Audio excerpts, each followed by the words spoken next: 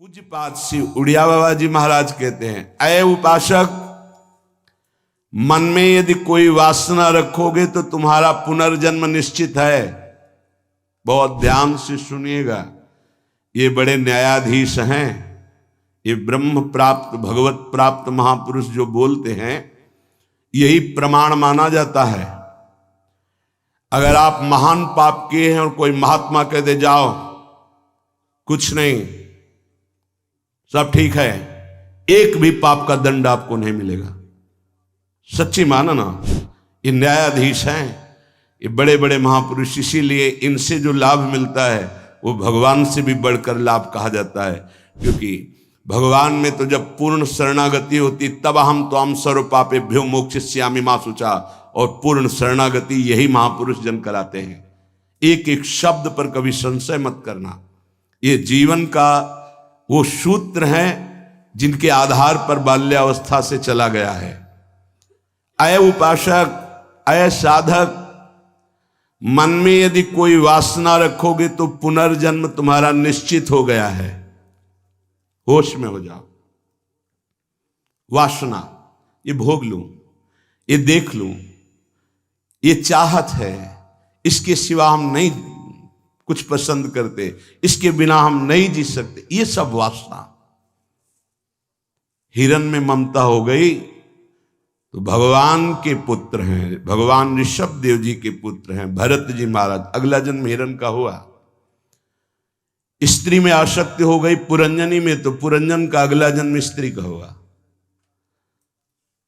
अगर कोई भी वासना है आपका जन्म होगा, प्रमाण सहित कहते हैं बाबा। प्रार्थना करते हैं कोई वासना रहने न पावे, नहीं तो अगला जन्म हो जाएगा, बड़ा निकृष्ट भी हो सकता है। हम एक बहुत बड़े महात्मा की बात बता रहे हैं, बाबा कह रहे हैं, जब हम राम घाट में रहते थे गंगा की, तो एक बड़े अच्छे महात्मा वहां थे।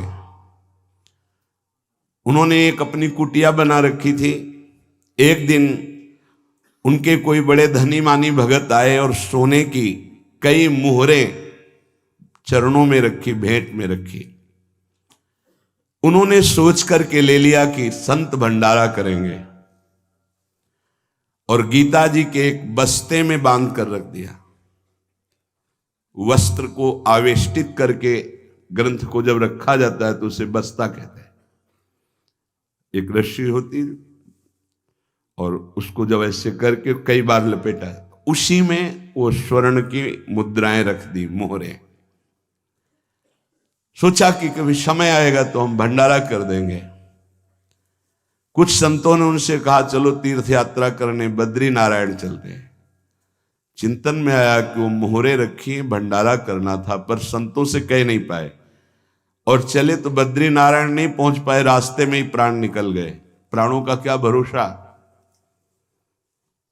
कौन सा कदम आखिरी होगा किसको पता, कौन सी श्वास आखिरी होगी किसको पता। इसलिए बहुत चतुर सुजान वो हैं कि कोई संकल्प नहीं रहने देते, नहीं रखना चाहिए। चतुर सुजान साधक कल हम ये करेंगे, नहीं नहीं, अगर श्री जी ने चाहा तो कल ऐसा हो जाएगा। शब्दों में बंधना, शब्दों में ही मुक्त होना, संकल्प में ही बंधना और संकल्प से ही मुक्त हो जाना, दोनों बातें हैं। कल मुझे अमुक जगह जरूर जाना है, तुरंत अंदर से हाँ श्री जी ने चाहा तो जरूर चले जाएंगे। वाणी से भले चूक हो जाए, अंदर से चूक नहीं होनी चाहिए। तत्काल आराध्य देव को बीच में लो, नहीं फंस जाओगे। एक बार भी आराध्य देव को बीच में नहीं लिया, रास्ते में प्राण निकल गए। चिंतन चल रहा था कि लौट के आएंगे, तो स्वर्ण मुद्राएं जो रखी उनको बेच करके फिर भंडारा करें। सदिच्छा भी नहीं रखनी, ये बहुत सूक्ष्म विषय है। अब उनका शरीर छूट गया। शरीर जब छूट गया तो शरीर की अंतिम क्रियाएं हुई जो संत की होती। 16 दिन बाद कुछ संतों को प्रसाद पवाया गया। महीना व्यतीत हुआ, महाराज की कुटिया की जो सेवा सफाई में, तो बस्ता एक ऊंचे पे दिखाई दिया। देखा कि गुरु जी की गीता रखी हुई है। कोई बात नहीं है, कभी समय आएगा तो पढ़ेंगे, गुरु जी की गीता है। रात्रि में स्वप्न हुआ उनके शिष्य को कि बेटा मैं पतित हो गया, चूक हो गई। अंतिम समय स्वर्ण मुद्रा का ध्यान होने के कारण मैं सांप बनकर उसी बस्ता में बंधा हुआ हूं। जब तक स्वर्ण मुद्राएं बेचकर संत सेवा नहीं करोगे, मुझे सांप की योनि मिली है। पूज्य पादुड़िया बाबा भी वहीं रामघाट में थे। उन्होंने स्वप्न सुनाया कि ऐसा ऐसा गुरुजी का स्वप्न देखा। तो सब संत एकत्रित हुए, सबके सामने जे ही बस्ता खोला गया, सोई नवीन अवस्था का सर्प फड़ काट के खड़ा हो गया। स्वप्न सच्चा निकला, क्योंकि वो आदेश हुआ था गुरु जी का। वो एक स्वप्न नहीं था, वो एक आदेश था। इसलिए सब संतों को एकत्रित किया था कि ऐसा कुंडली मारे, फन काढ़े उन्हीं स्वर्ण मुद्रा के ऊपर। वही महात्मा जी चूंकि स्वप्न में बता चुके थे। उस वस्त्र में देखा गया कोई छिद्र नहीं था जिससे सर्प घुसकर पहुंच सके स्वर्ण मुद्रा तक, क्योंकि कई लपेट होते हैं बस्ता में।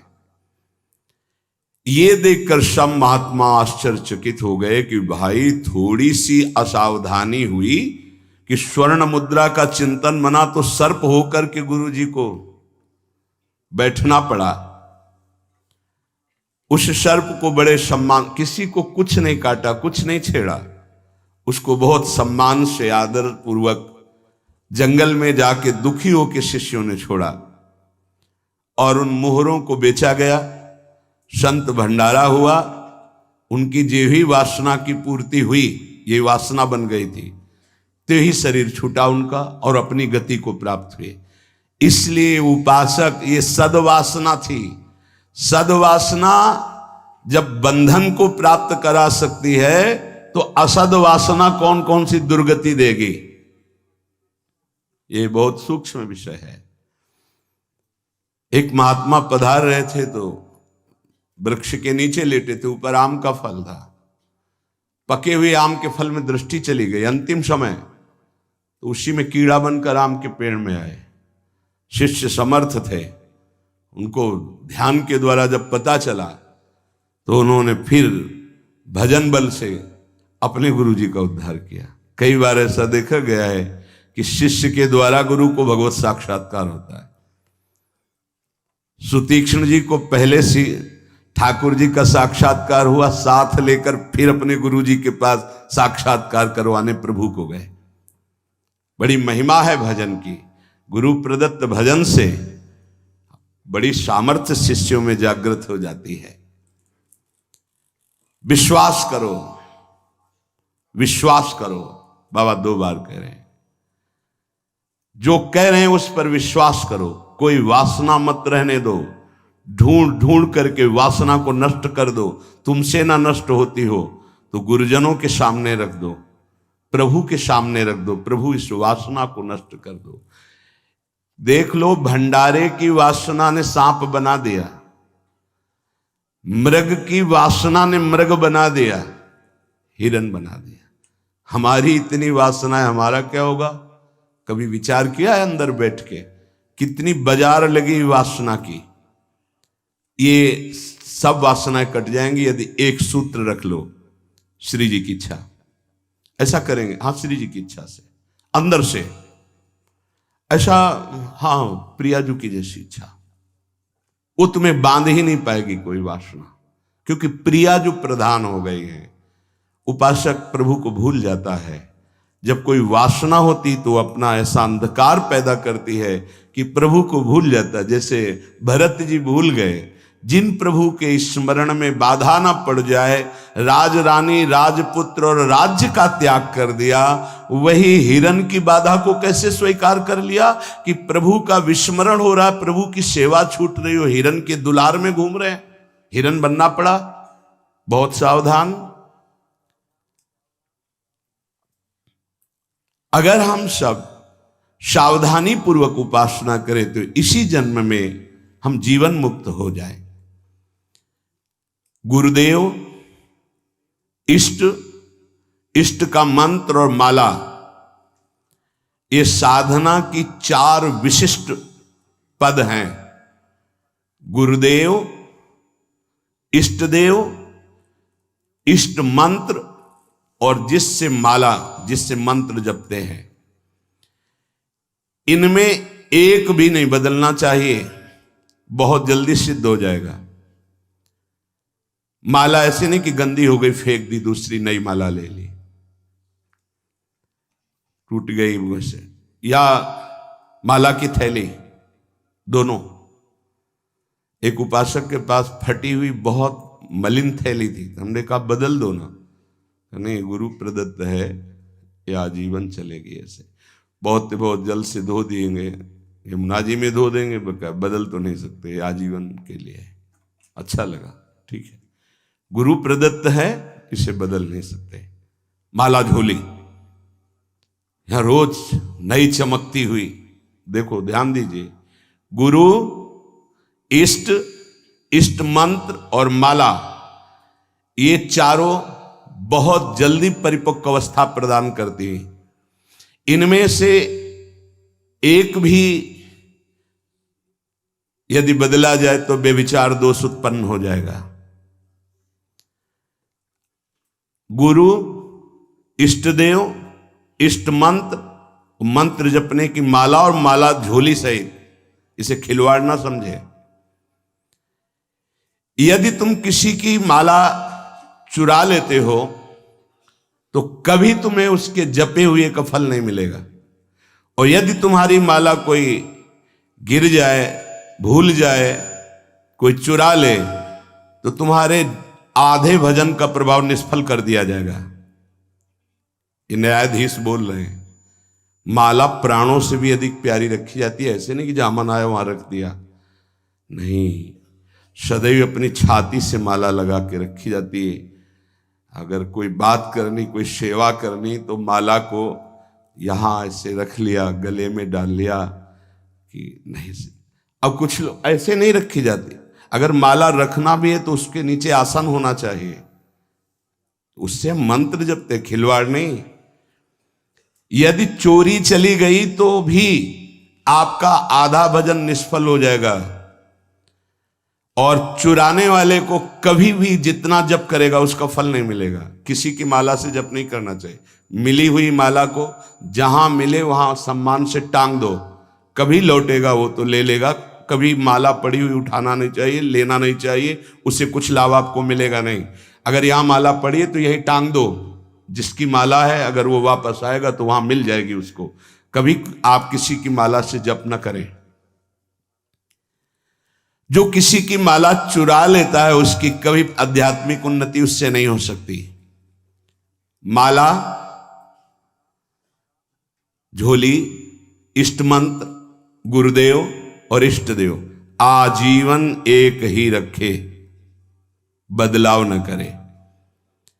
यावत जीवन इन चारों को एक रखे, गुरुदेव, इष्ट देव, इष्ट मंत्र, इष्ट माला, उपासक बहुत जल्दी परिपक्व अवस्था को प्राप्त हो जाएगा।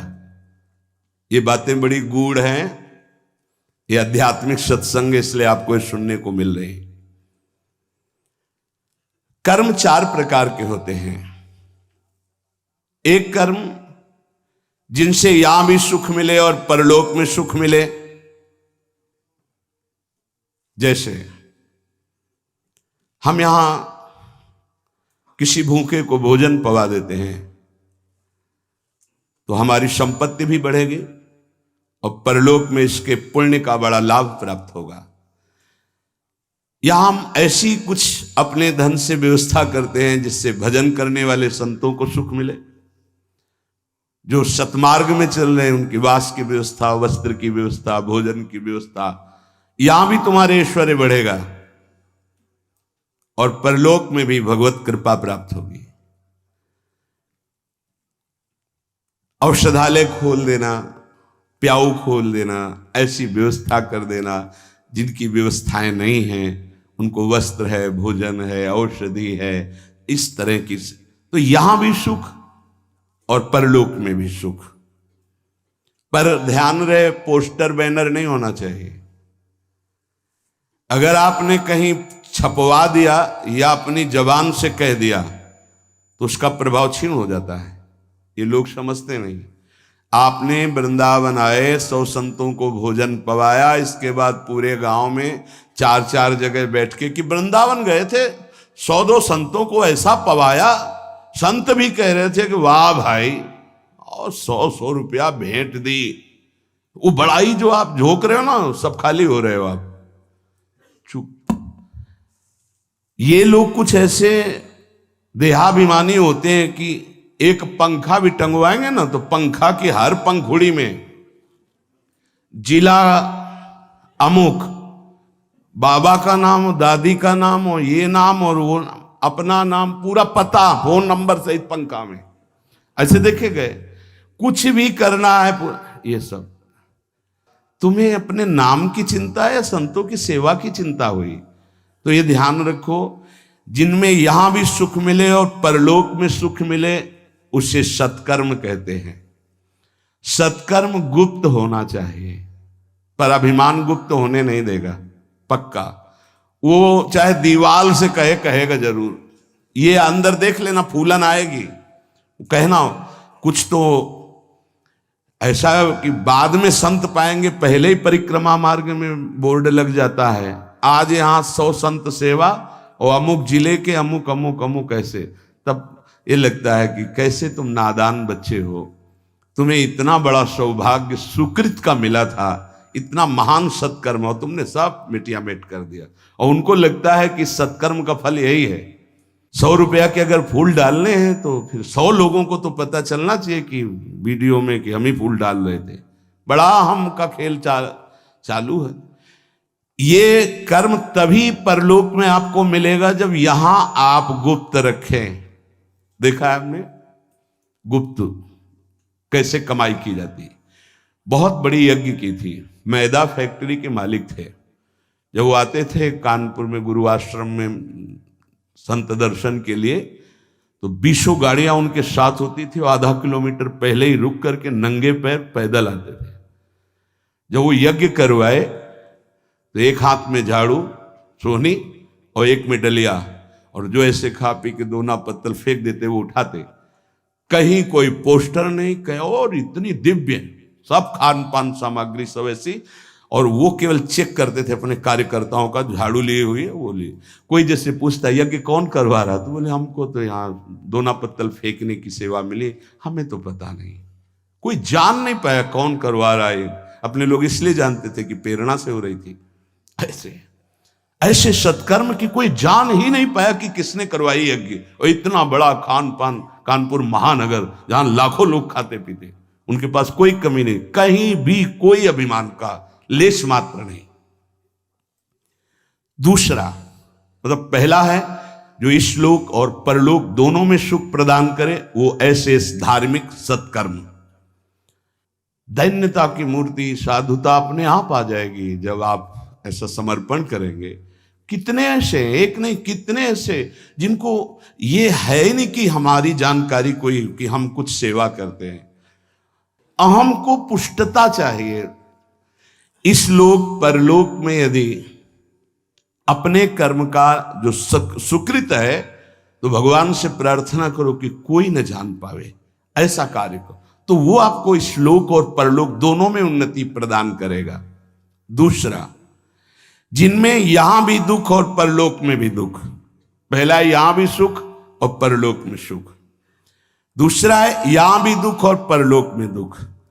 परिस्त्री गमन, जो दूसरे माताओं के साथ, बहनों के साथ व्यभिचार करते हैं, यहां भी दुख और परलोक में दुर्गति। अगर गृहस्थ हो तो एक पत्नी जो आपने पाणी ग्रहण किया है, बस। दूसरा मदिरापान, मद्यपान, यहां भी दुख, परलोक में दुर्गति। द्वैत कीड़ा, जुआ, यहां भी दुख, परलोक में दुर्गति। हिंसा, मांस खाना, यहां भी दुर्गति और परलोक में भी दुर्गति। देख लेना, खूब मांस खा लो, फिर तुम्हारा मांस जब अंतिम समय सड़ेगा ना और तुम्हारी जब दुर्गति होगी तब तुम्हें पता चलेगा। अभी तो खा लो, अभी तो तुम बातें बना लो, समय आएगा तब तुम्हें ऐसा जलाएगा। कभी कभी ऐसा लगता है कि ये मानव देह केवल संत कृपा से ही लाभ ले सकता, अन्यथा नहीं ले सकता। ये कोई पक्षपात की बात नहीं। जिनको संत समागम नहीं मिला है, पूरा पशुवत जीवन व्यतीत हो रहा है, पशुवत जीवन। बस इतना लक्ष्य है, कितना भोग भोग लें, कितना विषयों का सेवन कर लें, बस इतना ही उनका लक्ष्य है। वो चाहे पैसे के बल से, वृद्धावस्था पैसे के बल से, वही विलासिता, वही भोग, सोच नहीं रहे कि किस लिए आया था, क्या करना। यहां भी दुख और वहां भी दुख। जो दूसरों को दुख देता है, हिंसा करता है, व्यभिचार करता है, मांस खाता है, यहां भी दुख और परलोक में भी दुख। तीसरा, यहां सुख, परलोक में दुख। जो कर्जा ले लिया वापस नहीं किया, कई तरह के ऐसे दूसरों को लूटने वाले, दूसरों के नाना प्रकार से सुख चुराने वाले जो लोग हैं, वो यहां सुख का अनुभव करने के लिए करते हैं। अपहरण कर लिया, ऐसा कर लिया, चोरी कर लिया, ऐसा। इसके बाद का परिणाम परलोक में तो भयानक दुख मिलेगा और सबसे बड़ा दंड होता है, मन जलता रहता है। कोई भी अधर्म करने वाला मन कभी प्रसन्न नहीं रह सकता, निर्भय नहीं रह सकता। वहीं संत निर्भय रह रहे और वो भयभीत है, प्रतिपल अस्त्र बांधे हुए।